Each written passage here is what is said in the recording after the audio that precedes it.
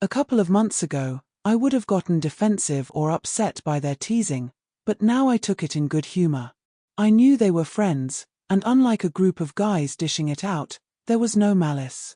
I'd never quite understood when male friends were joking or serious, but with these girls, I could tell. As we prepped and opened the bar, I wondered why I felt so much more comfortable reading their intentions. With just 5 of us, including Susan, working Thursday's rock night, I didn't have time to ponder before the place filled with thirsty rock fans. The crowd was mostly guys aged 18 to 22, brimming with testosterone. Few women were around, so collecting glasses was a trial, constant sexist remarks and watching for greasy hands. Still, the rockers were good-humored. Though the music wasn't my taste, I enjoyed Thursdays even if being called blondie and sweetheart by guys mentally undressing me sometimes got uncomfortable. Later, while clearing up, Lucy grumbled to Susan, now that Eliza works here, she should have to wear a skirt like we do on Fridays and Saturdays.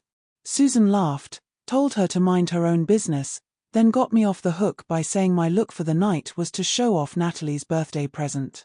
Once I was excused, I joked, if I had a skirt, I'd wear one just to shut Lucy up. I noticed Susan's glance but thought nothing of it.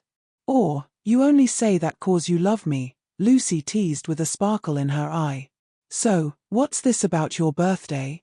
I guess it's a girl thing, they make a fuss over birthdays, passing the hat to get the birthday girl something. Totally different from how guys do it. If your mates find out it's your birthday, at best you get a pint, but often it ends up spilled on you. Even though I'd spent enough time with girls to know their feelings about birthdays, I was still surprised the next week when they sang me happy birthday and gave me flowers and a card stuffed with £50 in Topshop vouchers. Blushing fiercely, I thanked them as they shouted out ideas for what I should buy. The next night before opening, Susan announced the Halloween theme, Rocky Horror Show characters. Holding a cast list and pen, she asked who wanted to be whom. I half-joked about going as Fiona at the wedding, but the girls immediately shot that down and unanimously picked me as Magenta, the maid's uniform from the first half of the film. Honestly, I didn't care who I was as long as it didn't involve corsets and stockings. I knew I couldn't pull that off without blowing my cover. So I wasn't surprised they chose another sexy look for me. As we all decided on our costumes, Natalie glanced at the info from the hire place and mentioned the outfit came with a wig, but I'd need a pair of high-heeled boots since she didn't have any to lend. I nodded and promised to look for some next time I was in town. The next evening, walking into work, I took the long route through the shopping center and quickly realized from the shoe shop windows that the boots I needed were way beyond my budget. Grumbling to Natalie, this whole being a girl thing is expensive, I complained about the price of boots. Lucy overheard and said, "You should check out second-hand shops." "Hey, good idea," I replied. Should have thought of that. Since all my lectures were packed into Mondays and Tuesdays, I didn't get a chance to look until Wednesday. Surprisingly, I found myself automatically dressing as Eliza for the shopping trip to browse second-hand stores. Cole didn't comment when I walked into the kitchen dressed that way while he ate breakfast, but I caught a strange smile when he asked, "Going somewhere, Elton?" "Shopping. I need boots for the Halloween party at work. And I feel more comfortable buying heels dressed like this than as Ul." "Makes sense," he grinned, shoving a piece of toast in his mouth. "Want a lift?" "Please," I said, grabbing a slice and topping up his coffee while making my own. 10 minutes later, I was laughing beside him in his car, enjoying Terry Wogan's Fiona and John Story on the radio as we entered the one-way system. Suddenly, he flicked on his indicator to pull over, cursed, then flashed a cheeky grin. "Want to do us a favor?" "Sure, what is it?" I expected him to ask for shaving foam or something. "I forgot I'm picking Luke up." He nodded toward a guy approaching who I recognized as his course mate, the same one who tried to chat me up when I was dressed as Supergirl. "When you get out, give me a kiss on the cheek." "What?" I gasped, shocked. "Why?" "So he thinks we're together," Cole said with a silly grin as he pulled over. "They all think it anyway, but if Luke confirms it to my mates, they'll stop trying to set me up with girls." I wasn't thrilled but didn't want to disappoint him. Leaning over, I decided to have a little fun and pecked him on the lips instead. As I stepped out so Luke could hear, I said, "Thanks, honey. See you tonight."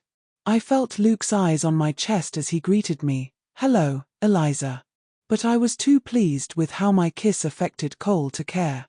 A faint blush colored his face, and I giggled triumphantly, "Oh, hello Luke," swinging my bag over my shoulder. Knowing he was watching my backside, I walked away with a teasing sway. After plenty of searching, I found a pair of boots in my size at Oxfam of all places, and while there, I spotted a simple black skirt. Nothing fancy, mid-thigh length, straight cut, with a short slit on the left side, exactly the kind of look Susan liked the girls to wear on weekends. I bought it, planning to wear it the following Friday for fun with Lucy. I also checked out Topshop but didn't find anything that caught my eye. I decided to come back with Natalie later to use my gift vouchers. That Friday evening, the skirt did its job. I paired it with new tights, a pink Budgies girl staff tee, and my comfortable black heels, joking, "Hey Lucy, happy now?" The only hiccup was Susan's reaction. She wasn't angry when I showed up in a skirt, but after everything was ready, she took me into her office and laid down the law. Susan wanted me to decide on my work gender. Thinking about it, I saw her point. Guys might react unpredictably if they flirted with Eliza one night and found out the next day she was actually a boy. It's one thing to dress as a girl for fancy dress nights. If a guy assumes you're a girl, then that's on him. But if you work regular nights dressed like one, that's different, she said with a steady smile. So what's it going to be, Ul or Eliza from now on? I didn't hesitate. Eliza. Fine. Susan said. Eliza it is. But I expect you to follow the same appearance rules and guidelines as all the other girls. And just to be safe, I'll hold you to that commitment even on your days off. I nodded. Good, she smiled. I kind of hoped you'd say that. Oh, and while you're here, I might as well tell you I'm promoting you to supervisor. I think Natalie guessed or already knew what Susan meant by taking me to her office, but everyone else assumed it was just about the promotion. They'd seen my name listed alongside Lucy's as a supervisor, meaning I had a set of safe keys, could get change, and was allowed to clear my tills. With the chaos of a busy Friday night, I almost forgot what Susan had asked until I got home around 1, finding Cole still up burning the midnight oil on a project due next week. Nice outfit, he said, coming downstairs with an empty mug when he heard me arrive. What's the occasion? I laughed. Susan laid down the law, no more switching between Alan and Eliza. I picked Eliza. I'm not complaining, he grinned, giving me a mock leer at my legs. Didn't think you would. I smiled, kicked off my heels, and padded into the kitchen. Want a brew? Thought you'd never ask, he laughed. Halloween was a big night, and by 9, the place was packed. I was so busy on the balcony that I didn't notice Cole's course mates arriving until late. They'd taken over a table at the back of the main room. Karen and a girl named Sue were running drinks and taking orders at my tables while I handled the bar crowd. Even though both wore basques, suspenders, and stockings that drew plenty of attention, my magenta outfit earned me even more wolf whistles whenever I ventured out. I was also the target of some cheeky and suggestive comments when I helped carry trays of drinks. Eventually, I found myself delivering a tray to Cole's friends. It was clear from their looks what they were thinking. Thankfully, they kept their hands to themselves, but I blushed fiercely when they joked aloud about me wearing the maid's outfit when looking after Cole. Wouldn't you like to know? I teased. They could be crude, but they were fun, and Lucy had told me their sexist remarks were mostly good-natured, if occasionally blunt. With the local council's 11 o'clock entry rule in place, I was surprised when Cole slipped in just after midnight.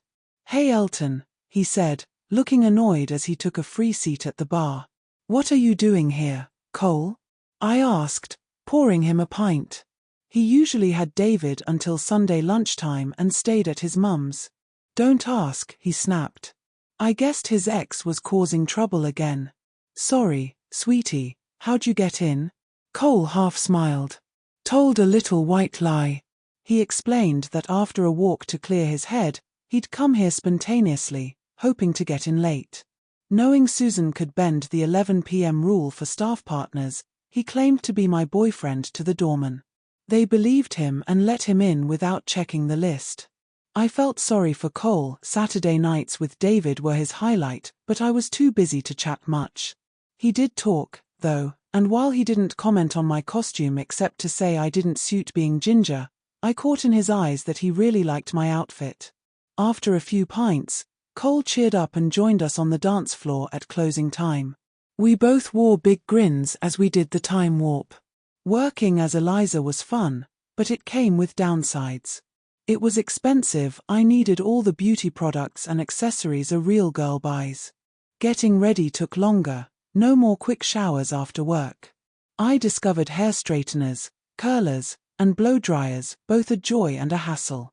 One perk was that for Rocky Horror and other theme nights, I could change into my outfit at work on Fridays, saving time before my shift. I still relied on Natalie for complex makeup, like some of the other girls did. Gradually, I spent more time dressed as Eliza. It wasn't overnight, but by the end of the academic year, the only time I looked remotely like Alan was during lectures and tutorials. Even there, a few course mates raised eyebrows. No one said anything, but they must have pieced it together, especially since most knew I worked at Budge's and had seen my themed outfits. Susan liked to organize fancy dress nights about once a month, usually around fixed dates like Halloween, Christmas, the Oscars, and the start and end of terms. Cole's mother finally caught me as Eliza a week or so before Christmas. It was bound to happen. She had a key and often just popped in. It could have been worse if it had been the following week. She'd have caught me in the sexy Mrs. Santa outfit Susan had us wear for Christmas. Although I wasn't working, I had to pick up my wages at the pub, which meant dressing properly as Eliza because Susan was serious about the pub persona. I wore a studentish 3/4-length skirt and pink fleece top with the boots I'd bought for my magenta outfit and was just putting earrings in when she walked into the kitchen. "Hey, guys only, oh my." Her jaw dropped, and I went bright red. "Oh, shit." Cole's mum recovered faster than me and said wide-eyed, "Well, when Cole said your new job had loosened your inhibitions, I never guessed he meant you'd come out as a transvestite." I blushed. No one had called me that before. "Not that I am," she added, trailing off as she looked me over. Then, sounding stunned, "My God, you look like your mum." I finally found my voice, stammering, "Hi, Dr. Shaw." I couldn't say more and reverted to my default, "Tea?" "Please," she said, settling into a kitchen chair with a scrutinizing look as I made tea. "Thank you," she nodded to the other chair. "Sit down, I think we need to talk." I nodded sheepishly, swept my skirt nervously behind my thighs, and sat opposite her, wishing the floor would swallow me whole. "So," she began, "how long has this been going on?" I looked at her, embarrassed and helpless. Reading my face, she smiled kindly. "I'd be lying if I said I wasn't surprised you're a transvestite, but that doesn't change how much I care for you, sweetheart. I've known you most of your life. There were times when you spent so much time at our house you were practically family." Her accepting gaze said more than words. "Please, tell me." At first, I spoke hesitantly, sharing everything as she encouraged me, how I'd been set up for the Street Trinians night, how over the following weeks I realized I preferred how people treated me when I was a girl, and, of course, that my tips improved a lot. She gently prompted me to open up about my conflicted feelings, why I preferred being seen as a girl and how torn I felt about it. "Well," she smiled, "and I don't mean this negatively, you've always had a somewhat feminine approach to things." I was about to ask what she meant when she added, "Like how you always liked helping me in the kitchen and never complained about doing some of Cole's chores when you stayed over, while he just moaned." "Cole's said the same." I laughed nervously. "And how has he taken all this?" "Cole?" She nodded. "Oh, he's been wonderful, really supportive and accepting, especially since this must have been a shock for him. So he hasn't pressured you or anything?" she asked, her eyes curious. "Lord, no." I wondered why she'd ask that. He's encouraged me to adopt his don't worry, be happy attitude. Honestly, For someone who can be a total Neanderthal sometimes, his support really surprised me. We chuckled over Cole's shortcomings before Dr. Shaw became more serious. Do you know what a transgender is? I nodded. Hearing you talk about how you feel reminds me of many trans patients I've referred. If you're interested, I know a bit about the possible paths you can take if you decide you really like being a girl as much as you say, honey. She laughed lightly. I'm a GP and I see someone with gender issues every few months. If you want, I can email you the information I give them. Please. We chatted for about 90 minutes until I glanced at the clock. I should head off or I'll miss the bus. I have to pop into work for an hour. That's fine, dear, she smiled. Just one more question. What do you call yourself? Eliza or Elton, I blushed. Well, Eliza, if you ever want to talk about any of this, please call me, okay? I will, Dr. Shaw. Fiona, please, Eliza, she giggled. You know I always wanted a daughter to spoil. As I grabbed my coat and checked my bag, she added, so if you ever want a girly day with me, shopping or getting our nails done, please ring. I think I'd really like that. Elton, you home yet? Cole called, slamming the door after training. Make us a brew, will you? I heard his bag hit the floor, then him bounding in before stopping abruptly at the sight of his mother. Oh. Hi, Mum.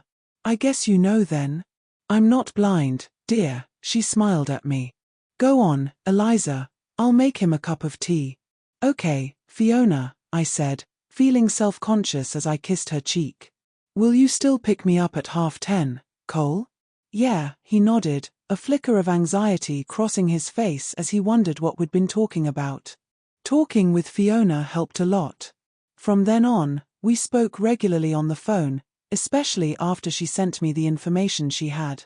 It was eye-opening and made me reconsider myself and my future in a new light.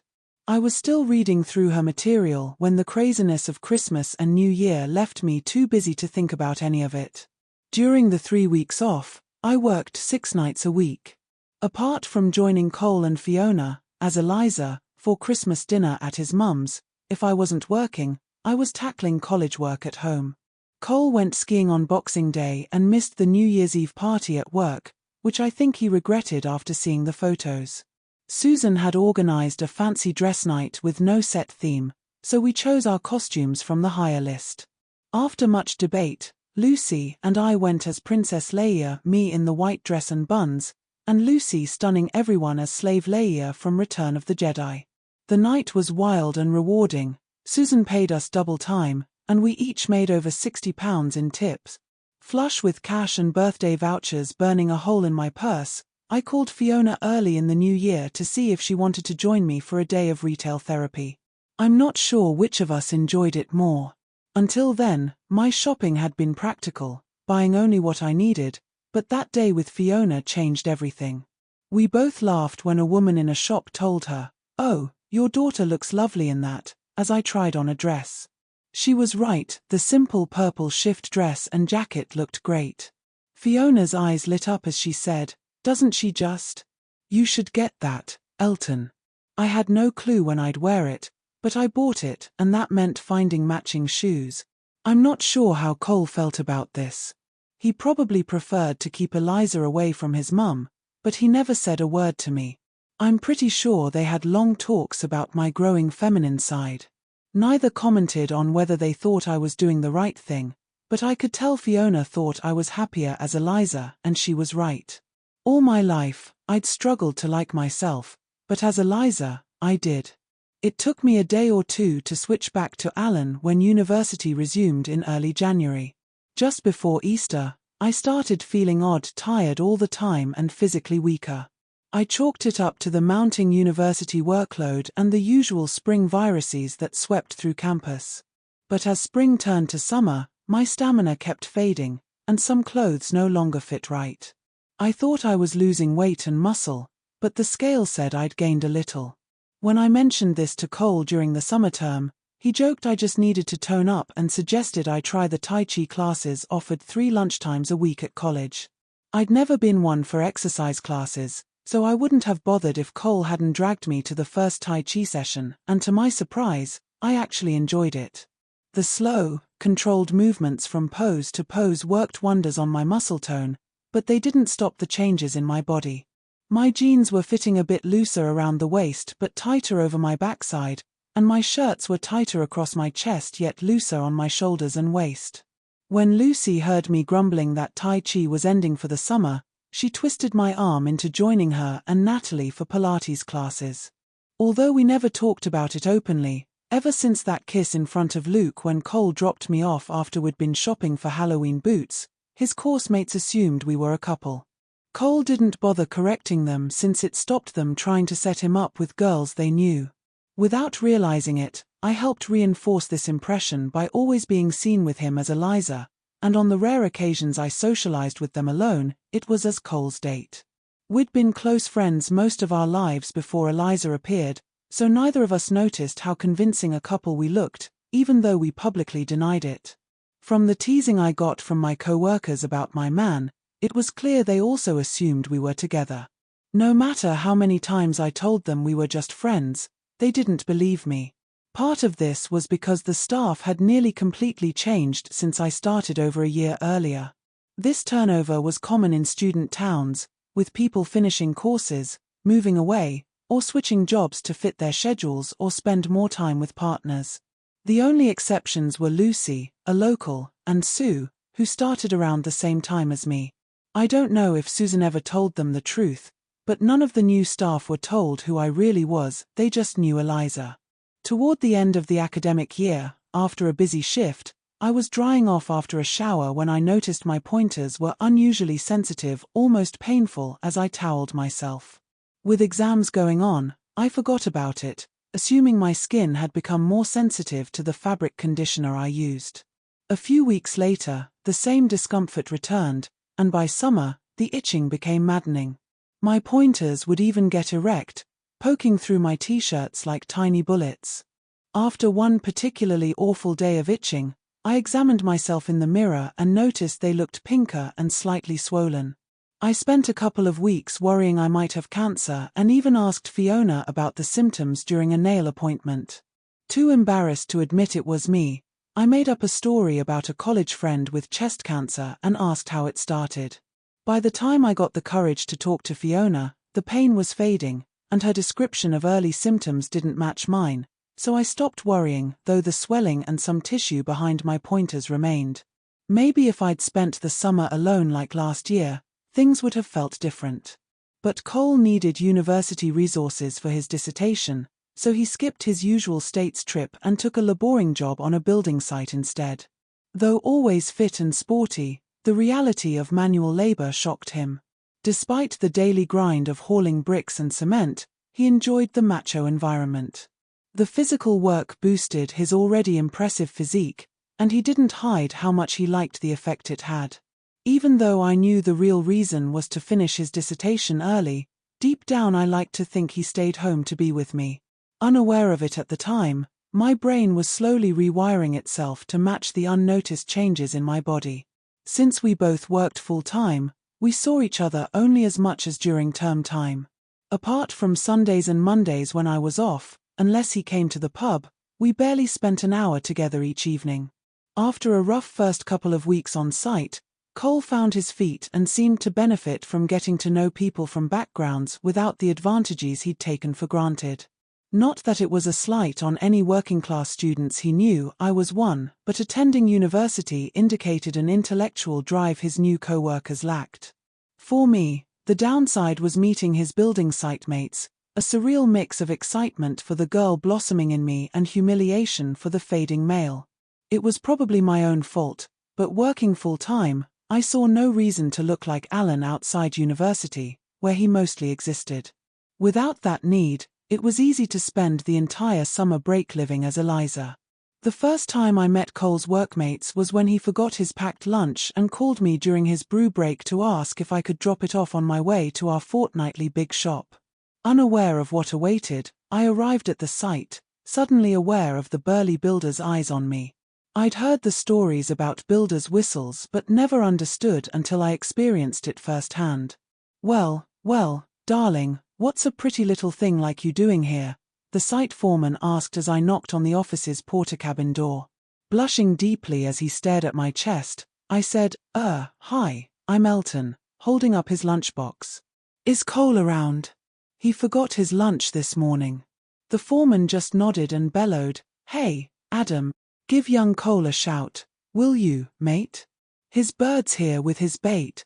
Then turning to me, he said, "He'll be here in a sec, doll, and you can give it to him." While I waited, it seemed like everyone on site found a reason to check out young Cole's bird, and, like most builders, they weren't subtle about it. A few awkward minutes later, I spotted Cole, shirtless, covered in dirt, chatting with a bloke as he walked over. I clearly heard his mate's eyes scan me as he asked Cole, as if I wasn't standing there, "That yours then?" Cole winked at me. "Yeah." Handing him his bait, I saw the grin on his face. He wanted a kiss to impress his mates, so I gave him one before hurrying off. Standing there in a short skirt and vest top in front of all those builders was one of the most humiliating moments of my life. Working on the site affected my relationship with Cole in another unexpected way. We were invited to a wedding and a christening as a couple. After working hard to get his mates to accept him and not see him as a posh wanker slumming it for the summer, Cole couldn't avoid going, which meant I couldn't either. Though I didn't feel comfortable around his workmates, I found myself surprisingly at ease at these working-class events, more so than Cole. Since I never took holidays from work, Susan was happy to let me have the time off, and after shaking off my self-consciousness among strangers, I rather enjoyed it. Despite different accents, the people reminded me of my grandparents' generation, so I understood the unspoken rules and rituals better than Cole ever could. When final year began, going back to being Alan 3 days a week was miserable. My emotions were all over the place. The clothes felt wrong, I hated my reflection, and relating to the other guys on my course grew harder. Thankfully, I had an escape valve in Fiona. One evening on the phone, I described it as existing for 3 days and living for the other 4. I'm sure she thought I was losing it at times, but talking to her kept me grounded and focused on finishing my degree. Along with my swollen pointers, I started noticing other changes. My sense of smell sharpened, and though I couldn't quite pinpoint it, my body shape felt different. When I looked closely in the mirror, it seemed my chest had grown while my arm muscles shrank. My legs looked smoother. Deep down, I knew something was happening but chalked it up to wishful thinking and the Tai Chi and Pilates classes I did with Lucy and Natalie. One weekend, I finally asked Cole if he thought my shape was changing. When I mentioned maybe talking to his mum again, he shrugged and said I had nothing to worry about, but if I wanted to see her, I should just ask since I spent enough time on the phone with her. Although he claimed not to notice any difference, I caught him sneaking quick glances at me when he thought I wasn't looking. Oddly, I didn't mind, and sometimes I deliberately dressed skimpy just to catch his eye. There was something in his gaze, a mix of affectionate embarrassment, that he tried to hide but that gave me a warm feeling inside. I think the girls at work noticed too, as their teasing about him being my boyfriend faded even though it was obvious to everyone but me and maybe Cole. I guess we both played along. I couldn't help smiling when he came down to work, whether to pick me up or for a party night. Along with the warm feeling from his glances, I felt the same strange glow from his scent. I first noticed it at a wedding for one of his building site mates, where we had to dance together after the bride and groom's first dance. It wasn't his aftershave or shower gel, it was his natural musky scent that I couldn't get enough of. I remember that slow dance clearly, arms around his neck, his around my waist, and an intense rush as I breathed him in. I was falling for Cole, though my mind was too tangled to understand what those feelings meant. As autumn turned to winter, my emotions settled and I began feeling more like myself until one morning in late November. Sleepily, I got out of bed, smoothing my satin nightdress down after it had bunched up. As my hands traced my body, the sensation felt incredible. When my hands slid over my pointers, a powerful rush of excitement surged through me as I felt soft, fleshy mounds on my chest. That's when it hit me, I nearly ran to the mirror. Pulling off my nightdress, I stared in disbelief. I was turning into a girl, too small, perfectly formed chests with large dark pink pointers, which bounced when I moved. Looking closer, I saw a defined waist and a rounded bum creating a distinctly feminine S-shape. It was then I noticed my male organ looked smaller, and I couldn't recall the last time I'd woken up with an erection. How had I missed that? What was wrong with me? Collapsing onto my bed, I sat for what felt like hours, though probably only 10 minutes, before standing and studying myself again. My red nails caught my eye as I lifted my hair for a better look. My face had changed, subtly rounder and less angular, with fuller lips. Turning, I saw my bum looked decidedly female. I considered finding a photo to compare but knew it would only confirm what I already saw. I realized I had to talk to Fiona soon, yet strangely, I felt more surprised than upset. Suddenly, putting my body concerns aside, I padded to the bathroom for a shower and washed my hair. After drying off, I lingered there a while, studying myself before reality sank in. I'd need to start covering up more if I didn't want my tutors and classmates to notice what was happening. Questions flooded my mind, especially why Cole hadn't noticed my chests, given he often saw me in my nightdress. "Elton, you going to be much longer?" Cole called, snapping me out of my worries. Pulling my nightdress back on, I called, "2 ticks, be out soon." The cool air of the hallway triggered another rush of excitement as I stepped out of the warm, damp bathroom. My legs turned to jelly as I headed back to my bedroom to get dressed, wondering what to do next. I hesitated asking Fiona for a couple of weeks after noticing my chests growing because I loved how they felt. I told myself it might not be wise to play with them, in case I was encouraging their growth, but the sensation was too pleasurable to stop. It wasn't just my chests, my hips and bum were filling out quickly, and my jeans no longer fit. At college, while trying to look like Alan, I noticed men's eyes following me more and more. It was embarrassing as people increasingly mistook me for a girl, despite my efforts to appear otherwise. Though my chests didn't seem to grow bigger, they felt heavier and jigglier, and my pointers definitely seemed larger, making it harder to hide them at college.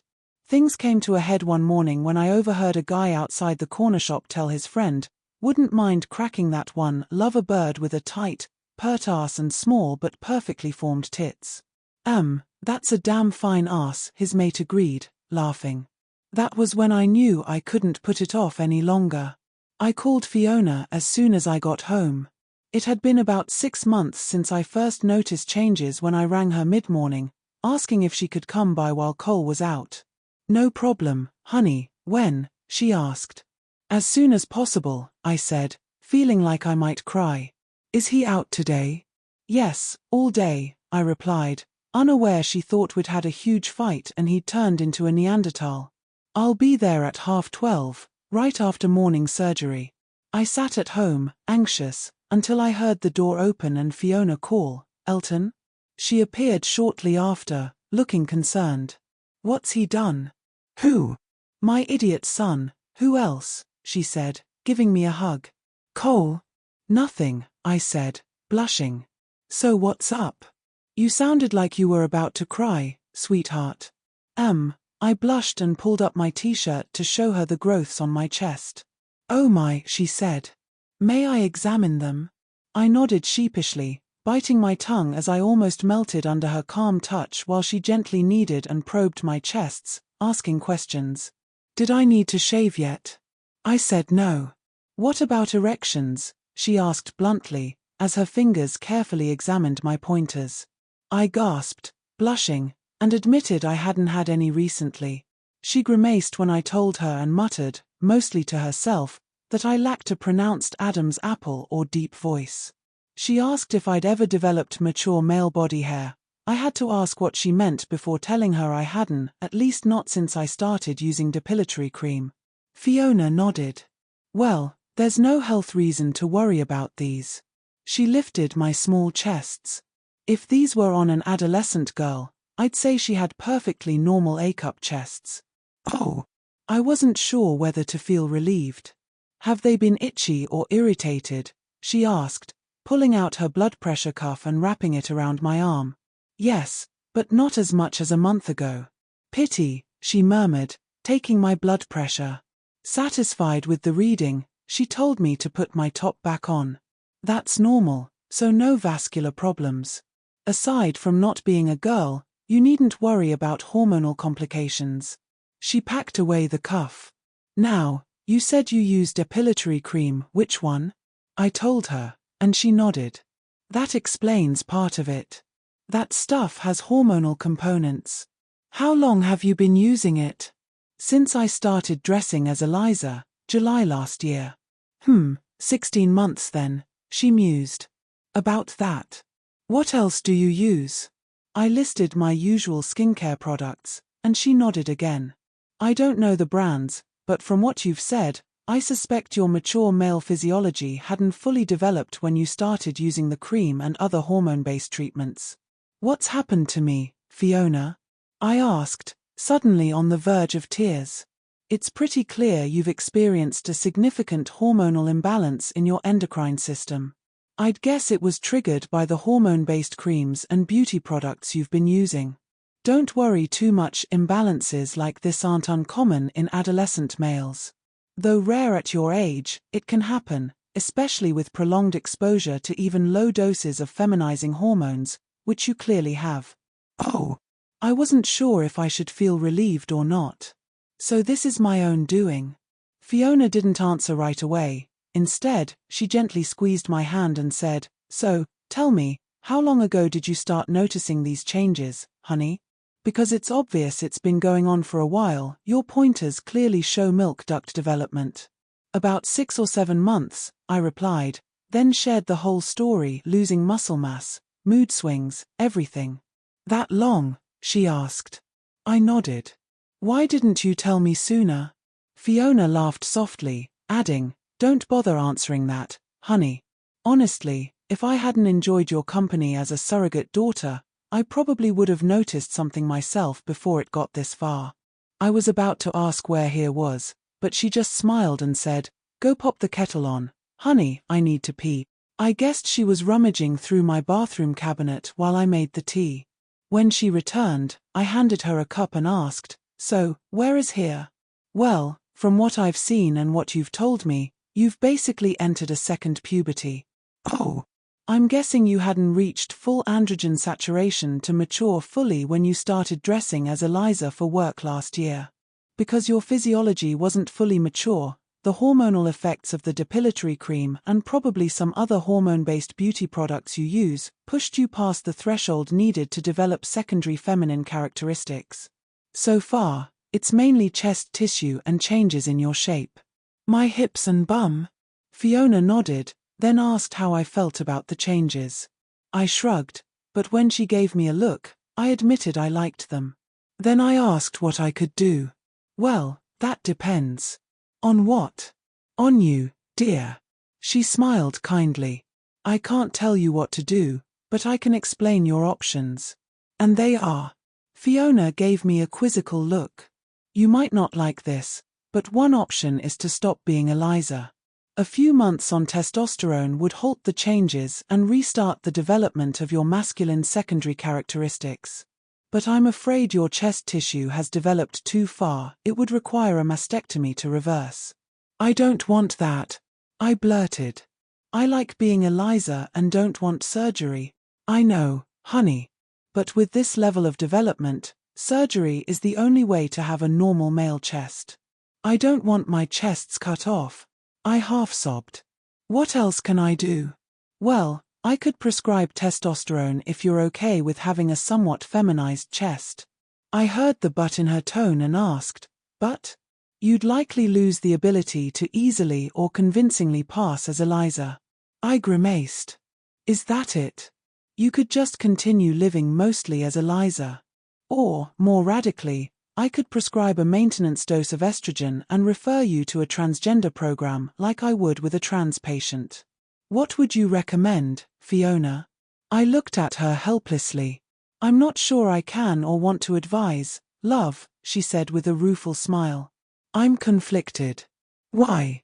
The doctor in me thinks testosterone and mastectomy are best, they carry the least risk of physical and psychological complications. But another side just wants you to be happy, and selfishly, I want to keep my surrogate daughter. Oh. I took her hands and squeezed them. I know I don't want to stop being Eliza, so testosterone is off the table. Okay then. Fiona took her time explaining how hormones work and how flooding your immature system with female hormones triggered your chest growth. I think I want to take the tablets, I said after she finished. Fine. I'll make an appointment with an endocrinologist when I get to work. Fiona pulled out her prescription pad and wrote a script. This is a low-dose combined estrogen and progesterone pill. If you take it, it should even out your development and reduce the chance of hormonal complications. If you decide to go on the program as Eliza, call me, I'll book you with a gender identity specialist. I smiled. Might as well do that alongside the endocrinologist appointment, Fiona. I think I need to talk to someone. After she left, I sat for ages, trying to decide what to do. To clear my head, I dropped off an assignment at college. While waiting at the bus stop, I noticed a guy eyeing me. Then it hit me I hadn't changed out of my skirt, and without a bra, the cold air made my pointers stick out clearly under my fleece. Sheepishly, I crossed my arms, trying to hide them, but that only pushed my chests up more. As I boarded the bus, the guy smiled at me. I smiled back and, oddly, felt really good. By late afternoon when I got home, I was still thinking about what to do about my chests. I hung up my coat and walked into the front room where Cole was watching TV. He looked up and smiled. Hey, was Mum here? Thought I saw her car when I was on the bus. Just looking at him sent a rush through me, and I noticed his eyes widen as he caught sight of the twin bulges under my tight fleece top. Blushing furiously, I said, hoping my voice was steadier than I felt, yeah, she was here. For what? His eyes stayed fixed on my chest before he blushed and looked away, trying to keep a straight face. There were a couple of things I wanted to talk about. I went redder, then added, want a cuppa, and headed for the kitchen. Cole clearly struggled to keep his eyes off my small chests as he followed me, and though he tried to hide it, his obvious gaze embarrassed me enough to make me fold my arms again. Elton, he gasped, are they? I blushed deeply and nodded. Oh God, I'm so sorry. For what? I said, still facing the sink, now apprehensive that he knew. For them, he blushed hard. I caused this. Don't be daft, I said, lowering my arms to fill the kettle. It's because I've been using hormonal skincare products. That may be true, but it's my fault they affected you so badly. Cole groaned as he sank into a chair. Don't talk rubbish, I snapped. After making us tea, I noticed the fear on Cole's face and asked, what is it? Last year before I went to Gramps' place, he said, eyes wide with worry, I spiked your tea with androgen blockers. You what? I was unfamiliar with the term, but having spent hours talking to his mother about hormones, I knew what an androgen was. Why? Because I was scared you'd fall for one of your workmates, move out, and leave me, he admitted, looking terrified. I couldn't risk that. But why, Cole? And that was last year, wasn't it? I missed you after you left, and when you came back, I didn't want to lose you again. I thought if I stopped you from getting turned on by girls, you wouldn't want to move and would still be here when I got back. He looked at me and then at his mug before adding, then when I got back, you were different, more relaxed, happier, and then I saw you in that Supergirl outfit. I did it again. How long? I asked. Until Christmas. You bloody idiot, Cole, I said, torn between anger, frustration, and affection. I sat stunned and asked, you haven't spiked my tea since? He shook his head. Okay, I said, making a decision. I won't tell your mum about this. It's between us, okay? Cole nodded, worry in his eyes. Right then, I said, pulling out the prescription Fiona gave me. This is for female hormones because these, I jiggled my chests, won't go away unless I have surgery. And honestly, I want to keep them. Before I decide about the script, I want to know if I became Eliza for real, how would you react? Cole blushed and hesitated. I've fallen in love 3 times, first with Maggie Jones at school, then with David's mother, And he took a deep breath, babbling, "Now I've fallen for the girl and my best mate you." "You what?" I tossed my hair back, trying not to smile. "I like you as Eliza, more than as Ul." "Like or love?" I pressed, feeling on the verge of tears. He turned every color imaginable before blurting, "Love." Then I lost it. I bawled my eyes out. Not knowing what else to do, Cole grabbed a bottle of rum and poured us each a large drink, telling me, "Did you know you're beautiful?" That caused a flood of strange feelings. Through my tears, I blushed again and looked away, unsure whether I was pleased, horrified, or amazed that he thought I was beautiful. That's when I realized I loved Cole not just as a brother figure, but differently. I saw the subtle changes between us, and Lucy's sly jokes about him being my boyfriend made more sense. Cole had known, but been too shy to say or act until now. Then he leaned in and kissed me gently on the lips.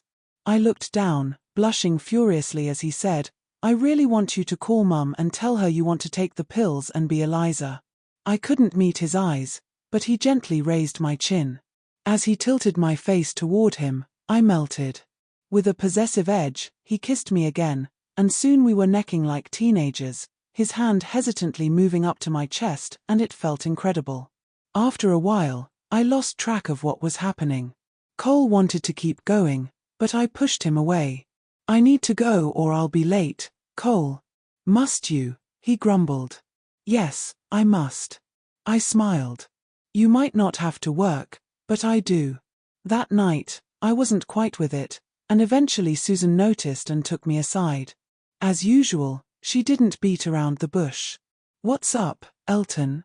You're not yourself tonight." So I told her everything. "Well, I can't say I'm surprised, pet," she said.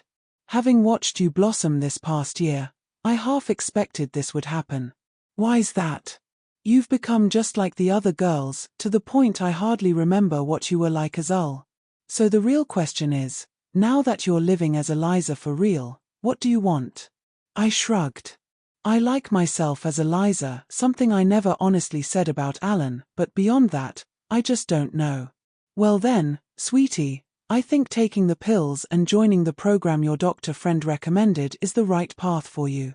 I didn't mention Cole's role in spiking my tea with androgen blockers, but I did explain that I'd waited too long before seeing Fiona and now had developed small but real chests. The only others I confided in were Lucy and Natalie, whose advice I valued, and both agreed with Susan's opinion. Lucy even mentioned she'd noticed the changes during our last Pilates class. I think the other girls suspected something was going on but assumed it was just typical boyfriend drama, especially after Cole showed up right after closing time with a sheepish look, offering me a lift home. If you appreciated this story and wish to show your support, don't forget to join me on Patreon for exclusive content.